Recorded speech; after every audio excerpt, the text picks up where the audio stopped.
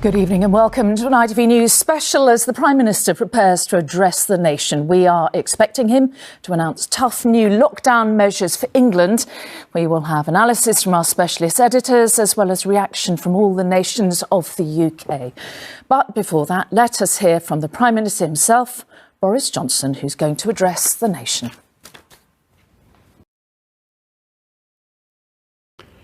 Since the pandemic began last year, the whole United Kingdom has been engaged in a great national effort to fight COVID. And there's no doubt that in fighting the old variant of the virus, our collective efforts were working and would have continued to work. But we now have a new variant of the virus, and it's been both frustrating and alarming to see the speed with which the new variant is spreading. Our scientists have confirmed this new variant is between 50 and 70% more transmissible. That means you're much, much more likely to catch the virus and to pass it on. As I speak to you tonight, our hospitals are under more pressure from COVID than at any time since the start of the pandemic. In England alone, the number of COVID patients in hospitals has increased by nearly a third in the last week to almost 27,000. And that number is 40% higher than the first peak in April. On the 29th of December, more than 80,000 people tested positive for COVID across the UK, a new record.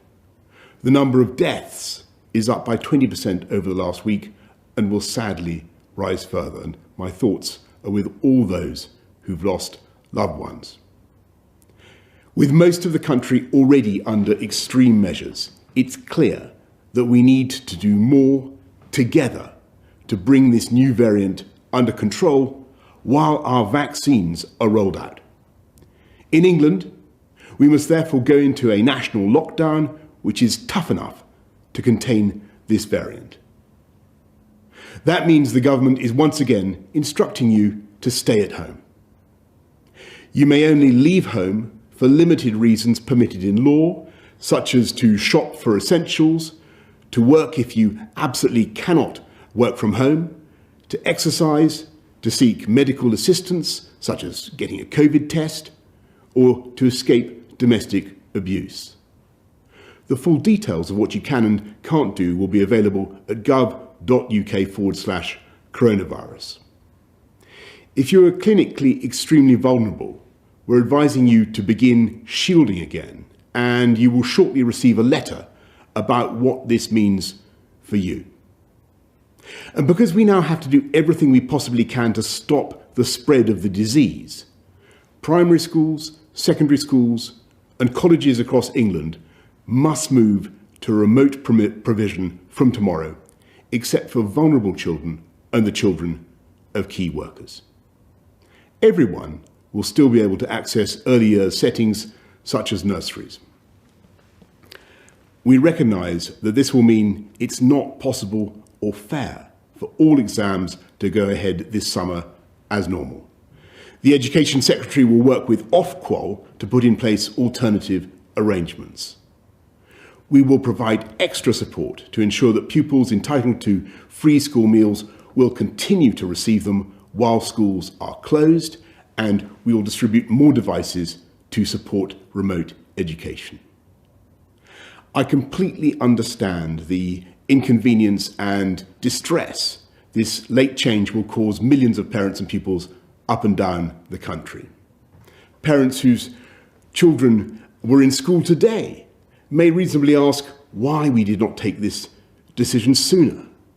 And the answer is simply that we have been doing everything in our power to keep schools open because we know how important each day in education is to children's life chances. And I want to stress that the problem is not that schools are unsafe for children. Children are still very unlikely to be severely affected by even the new variant of COVID. The problem is that schools may nonetheless act as vectors for transmission, causing the virus to spread between households. Today, the United Kingdom's chief medical officers have advised that the country should move to alert level 5 meaning that if action is not taken, NHS capacity may be overwhelmed within 21 days. Of course, there's one huge difference compared to last year. We're now rolling out the biggest vaccination programme in our history. So far, we in the UK have vaccinated more people than in the rest of Europe combined. With the arrival today of the UK's own Oxford AstraZeneca vaccine, the pace of vaccination is accelerating. I can share with you tonight the NHS's realistic expectations for the vaccination programme in the coming weeks. By the middle of February, if things go well and with a fair wind in our sails, we expect to have offered the first vaccine dose to everyone in the 4 top priority groups identified by the Joint Committee on Vaccination and Immunisation. That means vaccinating all residents in a care home for older adults and their carers, everyone over the age of 70, all frontline health and social care workers, and everyone who is clinically extremely vulnerable. If we succeed in vaccinating all those groups, we will have removed huge numbers of people from the path of the virus. And of course, that will eventually enable us to lift many of the restrictions we have endured for so long. I must emphasise that even if we achieve this goal, there remains a time lag of 2 to 3 weeks from getting a jab to receiving immunity, and there will be a further time lag before the pressure on the NHS is lifted. So we should remain cautious about the timetable ahead. But if our understanding of the virus doesn't change dramatically once again, if the rollout of the vaccine programme continues to be successful, if deaths start to fall as the vaccine takes effect, and critically, if everyone plays their part by following the rules, then I hope we can steadily move out of lockdown, reopening schools after the February half-term and starting cautiously to move regions down the tiers. I want to say to everyone right across the UK that I know how tough this is, and I know how frustrated you are, and I know that you've had more than enough of government guidance about defeating this virus. But now, more than ever, we must pull together. You should follow the new rules from now, and they will become law in the early hours of Wednesday morning. Parliament will meet largely remotely later that day. I know that the devolved administrations in Scotland, Wales and Northern Ireland share my conviction that this is a pivotal moment and they're taking similar steps. The weeks ahead will be the hardest yet, but I really do believe that we're entering the last phase of the struggle, because with every jab that goes into our arms, we are tilting the odds against COVID and in favour of the British people. And thanks to the miracle of science, not only is the end in sight, but we know exactly how we will get there. But for now, I'm afraid you must once again stay at home, protect the NHS, and save lives. Thank you all very much.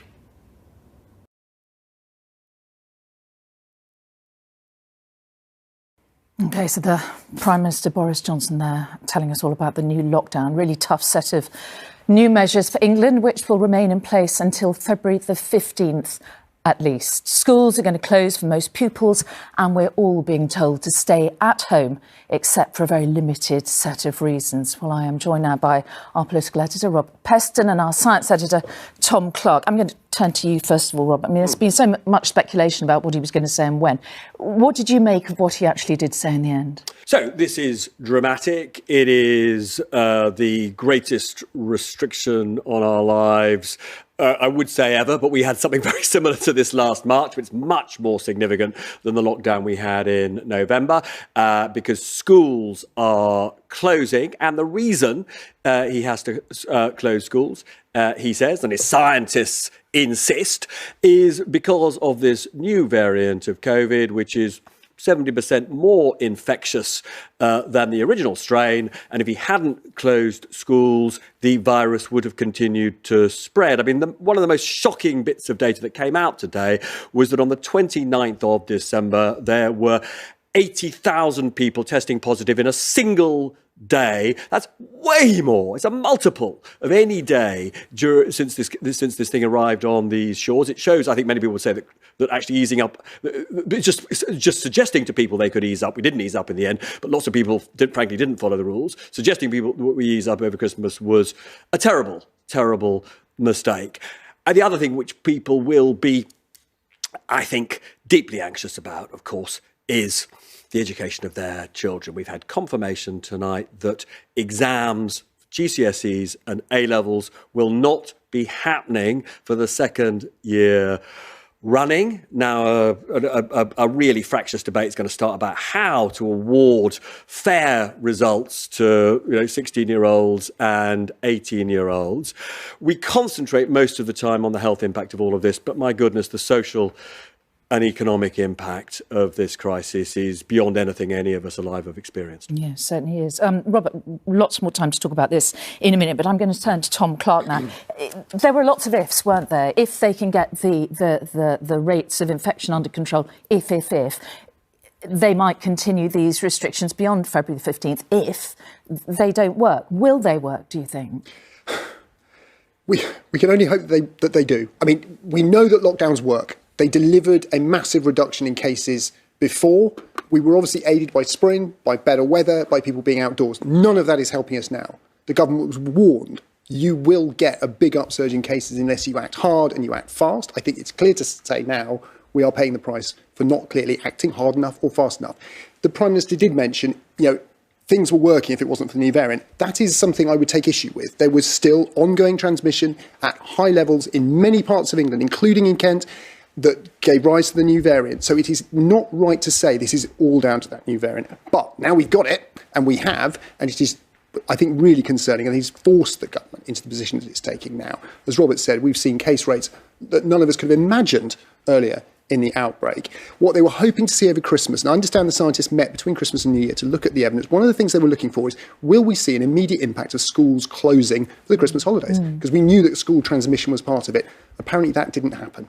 Okay, we didn't see the reduction. So two things have happened. Either we saw more mixing going on over Christmas than we wanted to, or this new variant is being transmitted at the upper end of what the scientists feared, around 70%. One way or the other, we've got a lot of work to do.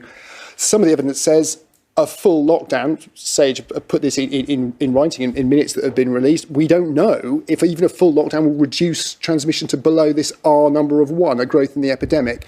We were hoping that signal for schools. It doesn't look like we've got it. All it means is we're just going to have to lock down that much harder. Each of us is going to have to do more. We're going to have to do our bit. There is the vaccine, of course, and we'll talk about that a little bit later. But at the moment, Tom, thank you very much. Let's get more on the decision now to close schools to most pupils and indeed to suspend examinations this summer. Let's get some more detail now. On the national lockdown measures, the Prime Minister has just announced in the last 10 minutes for England, they will remain in place until the 15th of February at least. Now, like back in March, you should stay at home unless it is impossible to work from home. If you work in construction or are a critical worker, for example, you can leave home to shop for necessities. You can leave home to exercise, which you can do with one other person outside your bubble, ideally once a day and remaining locally. No other socialising is allowed. You can leave home to provide care or help to a vulnerable person. You can leave home for a medical appointment or indeed for care or fleeing harm, and the police will have powers to enforce all measures. From tomorrow, all schools and colleges will be closed, except for children of key workers and indeed vulnerable children. Nurseries, special schools and alternative provision will remain open. Childcare support bubble rules stay as they are currently, and universities will remain largely closed apart from for students on practical courses such as medicine. All non-essential retail, hospitality and personal care must also close. Restaurants will be delivery and takeaway only, and no alcohol can be sold. Places of worship will remain open. Playgrounds too will stay open. Golf, tennis and outdoor gyms will close, and team sports are not allowed. However, elite sports will continue. And international travel is also not allowed unless it's an essential journey. Here is a reminder of a bit of what Boris Johnson just said. With most of the country already under extreme measures, it's clear that we need to do more together to bring this new variant under control while our vaccines are rolled out. In England, we must therefore go into a national lockdown which is tough enough to contain this variant. That means the government is once again instructing you to stay at home. OK, the Prime Minister just speaking just a few minutes ago. Let's Tom and Robert for a final thought. Tom, everything now depends on this vaccine, doesn't it? Absolutely. The vaccine will be the hard stop to the pandemic, and certainly the epidemic in the UK. But let's not forget, it's going to take months. There were some definite ifs and buts in the PM's pledge there to try and get everyone done by February in those most vulnerable groups. Supply of the vaccine is crucial. No hiccups along the way. And it takes weeks for the vaccine to become effective. So if we still have to do everything we can to get transmission down to avoid unnecessary hospitalisations and deaths that are going to happen while that vaccine is being deployed. And even then, for the rest of us, it's still many months away. OK, Tom, thank you. Final thought to you, Robert. How much pressure has the Prime Minister been under to do this, do you think? Oh, I mean, the scientists have been making clear to me for a good couple of weeks that they wanted him to do this. And in fact, the big problem for the Prime Minister is that his scientific advisors have been saying since September, lock down. And, you know, when we have the time and space to look back on all of this, I do think that the big question about last year was how serious an error the Prime Minister made in not really crushing the number of viruses in the community down to a minimal level back in September. Because one of the reasons why this new variant is so serious is because we never properly suppressed the virus in the way that many other countries did succeed in doing. Politically, the thing that I'm not clear about is whether he wins or loses from taking these decisions about closing schools, for example, very late. Some people think, good on him, we don't want it to happen, he does it at the last minute. Other people say he should have been taking preventative action earlier. All right, Robert, thank you very much indeed, and Tom, both of you. And you will find all the new rules for the whole country on our website. Just search for itv.com/news. And that's all from us for now on another momentous night in this coronavirus pandemic. Tom Bradby will bring you news at 10 with all the reaction and indeed the latest analysis as this story develops throughout the evening. But from everyone here, do enjoy your evening if you can and stay safe. Thank you. Bye-bye.